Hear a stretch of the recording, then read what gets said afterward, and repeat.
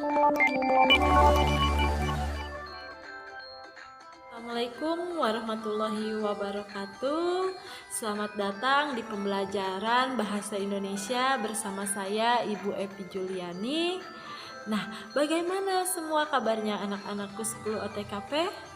Nah, semoga dalam keadaan dan lindungan Allah Subhanahu wa Ta'ala dan dijauhkan dari seluruh penyakit-penyakit yang membahayakan. Amin, amin ya Robbal Alamin. Semua kebaikan Ibu doakan untuk kita semua. Nah, pada pertemuan kali ini Ibu akan membahas tentang teks negosiasi. Apakah kalian pernah mendengar apa yang dimaksud dengan teks negosiasi? Mungkin secara sadar atau tidak sadar kalian pernah melakukannya dalam kehidupan sehari-hari. Contohnya, ketika tadi pagi kalian meminta jajan kepada orang tua kalian, tetapi orang tua kalian memberikan tidak sesuai dengan yang kalian inginkan, secara langsung kalian meminta atau menawar, bernegosiasi kepada orang tua agar ditambahkan jumlah nominal yang kalian inginkan. Nah, atau mungkin ketika ibu memberikan tugas bahasa Indonesia kepada kalian, kalian meminta untuk perpanjangan waktu, itu juga merupakan salah satu contoh negosiasi. Jadi pada dasarnya negosiasi itu bukan hanya berbicara tentang jual beli saja, tetapi banyak contoh yang lainnya. Seperti itu. Agar lebih jelasnya lagi, agar lebih paham lagi kalian mengenai teks negosiasi, silahkan simak video berikut. Assalamualaikum warahmatullahi wabarakatuh. Pada kesempatan ini kita akan membahas mengenai materi tentang negosiasi. Sebelumnya, apakah kalian pernah mendengar kata negosiasi? Ya, betul sekali, bahwa negosiasi itu berkaitan dengan tawar-menawar. Nah, untuk lebih lanjutnya kita harus mengetahui terlebih dahulu nih, apa tujuan kita mempelajari teks negosiasi. Nah,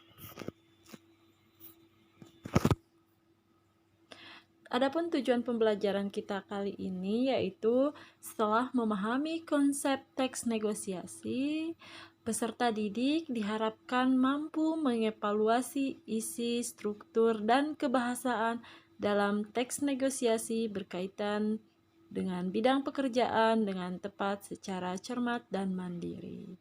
Nah, itu tujuan pembelajaran yang harus kita capai. Nah, adapun lebih lengkapnya, tadi kan kita sudah bilang kalau misalnya negosiasi itu adalah kegiatan tawar-menawar. Nah, ini lebih lengkapnya lagi ya. Oke. Adapun pengertiannya, negosiasi ialah di mana proses tawar-menawar dengan jalan berunding guna mencapai kesepakatan bersama antara satu pihak, baik itu kelompok atau organisasi, dan pihak ataupun di sini ada kelompok atau organisasi lain. Nah, jadi di sini adalah saling namanya berkesepakatan, saling bertukar apa yang diinginkan tanpa merugikan ya. Nah, adapun di sini penjelasan berikutnya tujuan negosiasi. Apa saja tujuannya? Ada yang mengatasi atau menyesuaikan perbedaan. Nah, karena ada yang namanya perbedaan, nah, disitulah kita bernegosiasi. Untuk apa? Untuk mencapai apa yang kita inginkan. Nih, di yang poin kedua ada itu, untuk mencapai kesepakatan. Yang ketiganya menyelesaikan sengketa atau perselisihan pendapat. Berikutnya ada di sini faktor-faktor yang dapat menentukan keberhasilan dalam negosiasi.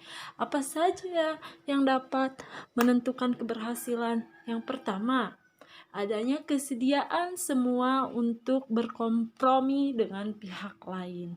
Ada rasa kesediaan. Yang kedua, tidak ada pihak yang dirugikan. Ingat ketika kalian melakukan negosiasi, entah itu sedang jual beli, entah itu sedang berdialog dengan orang tua, diusahakan tidak ada pihak yang dirugikan. Oke? Yang ketiga, kesepakatan yang dicapai bersifat praktis dan dapat dilakukan. Jadi fleksibel ya, Nah ya. Yang keempat, di sini alasan yang disertakan mampu mempengaruhi pihak lain. Jadi apa alasannya kalian bernegosiasi?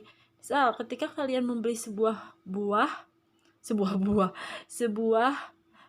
buah di pasar, maka kalian harus disertai alasan mengapa harus dinegosiasi harga buah tersebut, ataukah sedang musim, ataukah sedang memang murah harganya sehingga kalian melakukan negosiasi seperti itu.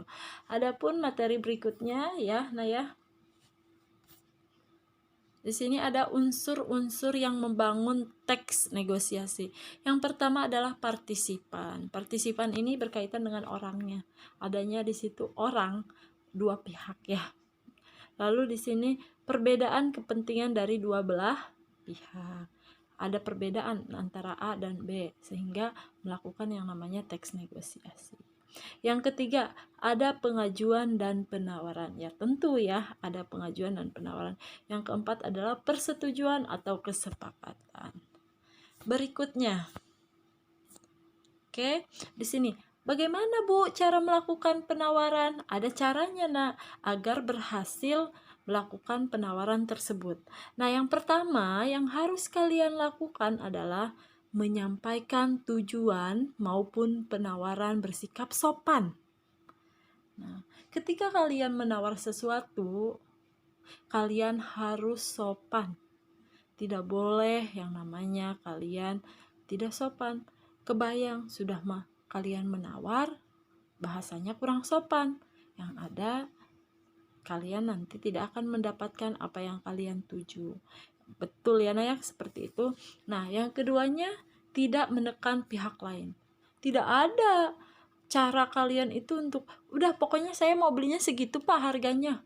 Tidak boleh. Nah, harus ada yang namanya di situ pihak yang antara pihak itu sama-sama enak gitu, nggak ada penekanan. Oke. Yang ketiga, harus saling menguntungkan. Menguntungkan buat siapa? Ya tentunya bukan untuk satu pihak, tetapi untuk kedua pihak tersebut. Yang keempat, disertai dengan alasan. Tadi sudah dijelaskan ya, disertai dengan alasan. Alasannya apa ketika kalian menawar sesuatu? Berikutnya, ada bentuk negosiasi. Harus kalian pahami bentuknya itu ada secara lisan, ada secara tulis. Lisan itu berkaitan dengan percakapan, sedangkan tulisan itu biasanya berupa surat negosiasi. Nah, kalian kan jurusan OTKP Nah, nanti kalian harus bisa yang namanya menulis surat negosiasi itu seperti apa. Nah, di sini nih, teks negosiasi dapat ditemukan dalam bentuk dialog drama, gabungan antara narasi dan dialog seperti pada cerpen, serta pada surat penawaran dan permintaan barang. Nah, ada yang berikutnya itu struktur teks negosiasi. Strukturnya ada apa saja? Ketika kalian membuat teks negosiasi, kalian harus mampu mengetahui terlebih dahulu apa saja yang membangun struktur teks tersebut. Yang pertama ada orientasi, yang kedua ada pengajuan, yang ketiga penawaran, yang keempat persetujuan. Orientasi biasanya berkaitan dengan pembukaan. Ada yang namanya di situ membuka dialognya seperti apa. Yang kedua baru mengajukan berapa harganya atau apa yang bisa dilakukan. Nah, baru nanti kalian melakukan penawaran. Jangan langsung kalian melakukan penawaran ya, itu kurang baik. Nanti baru ketika penawaran itu disetujui kedua pihak, baru yang namanya di situ ada yang namanya persetujuan gitu ya ya.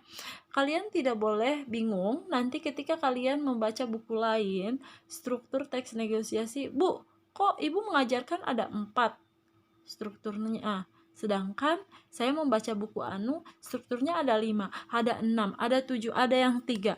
Itu bagaimana Bu? Disesuaikan. Intinya di sini kita belajar dari manapun, tapi ibu menggunakan referensi buku yang ada di sekolah. yang kelas 10 ya Nak ya. Dilanjut ya, setelah struktur kita akan belajar di sini ada kebahasaan.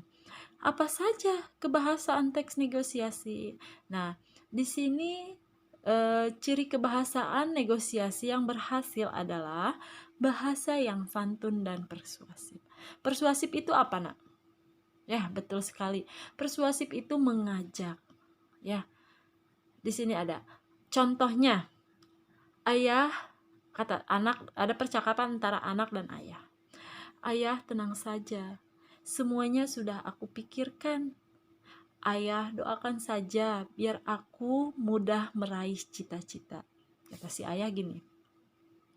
Ya sudahlah, kalau itu mau kamu. Tapi nanti malam kamu pikirkan lagi ya, Nak.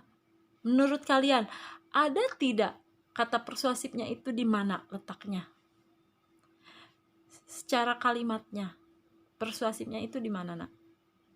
Betul sekali, ada di situ di kata percakapan kata anak itu, ayah doakan saja biar aku mudah meraih cita-cita. Secara tidak langsung si anak mengajak ayahnya untuk mendoakan.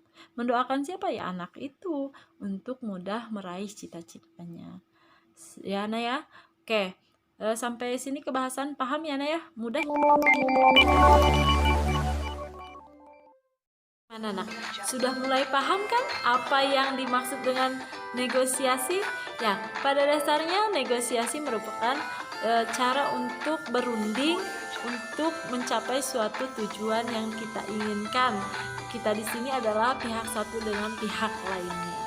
Dan Ibu harapkan kalian semua tetap belajar walaupun dari rumah, tetap semangat, tetap sehat, tetap jaga protokol kesehatan untuk kita semua.